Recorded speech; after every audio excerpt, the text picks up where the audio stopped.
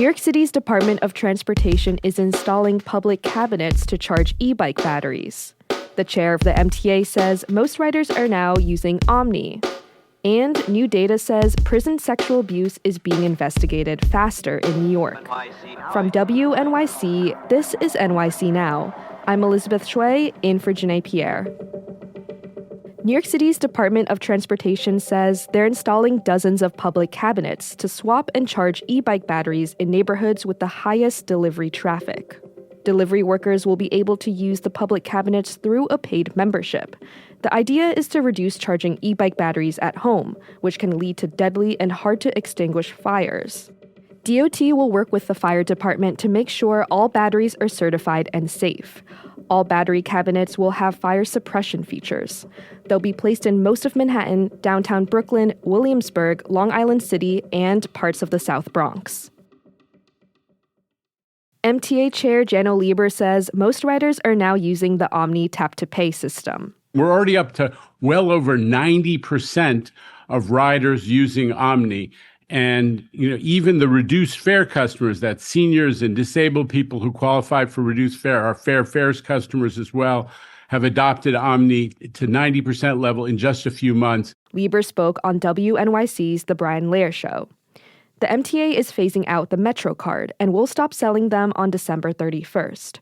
But if you're still using one, the MTA says you can transfer your balance or get reimbursed. The OMNY system lets you tap credit cards and smart devices to pay for the subway or bus. The MTA also sells OMNY tap cards. Up next, new data on how the Department of Correction is responding to abuse in New York jails. That's after the break.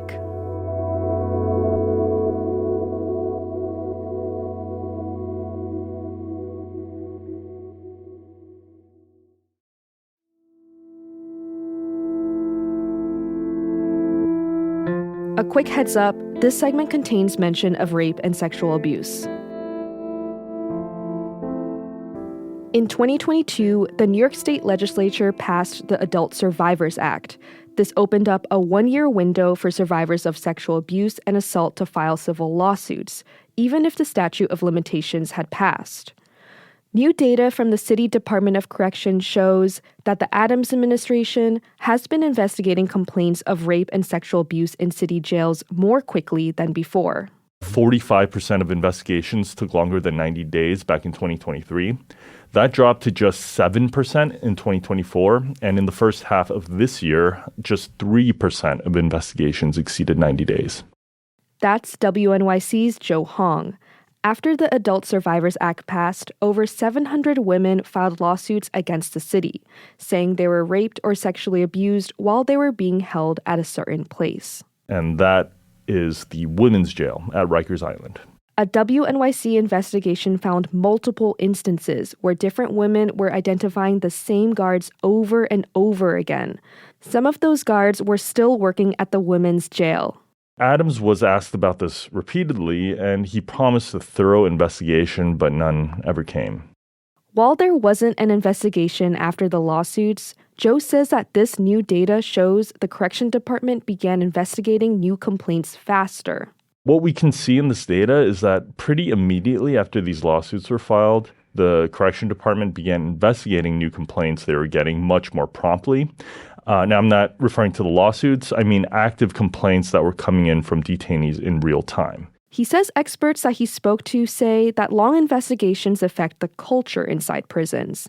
They can discourage survivors from filing complaints and also affect staff. Employees are taken off their posts if there's an allegation made against them. So the longer the investigation takes, the longer that the staff is off their post. Still, there are some red flags.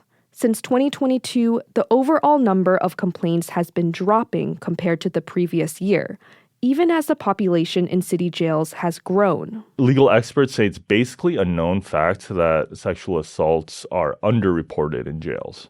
And the fact that the number of complaints are going down on top of that is reason for concern. The city says that drop is thanks to higher staffing and better training. Experts also flag that the percentage of proven claims has gone up in the past 2 years, but still remains lower than the national average. For experts, that means investigations aren't being conducted thoroughly, although the city maintains that every complaint is taken seriously. That's WNYC's Joe Hong.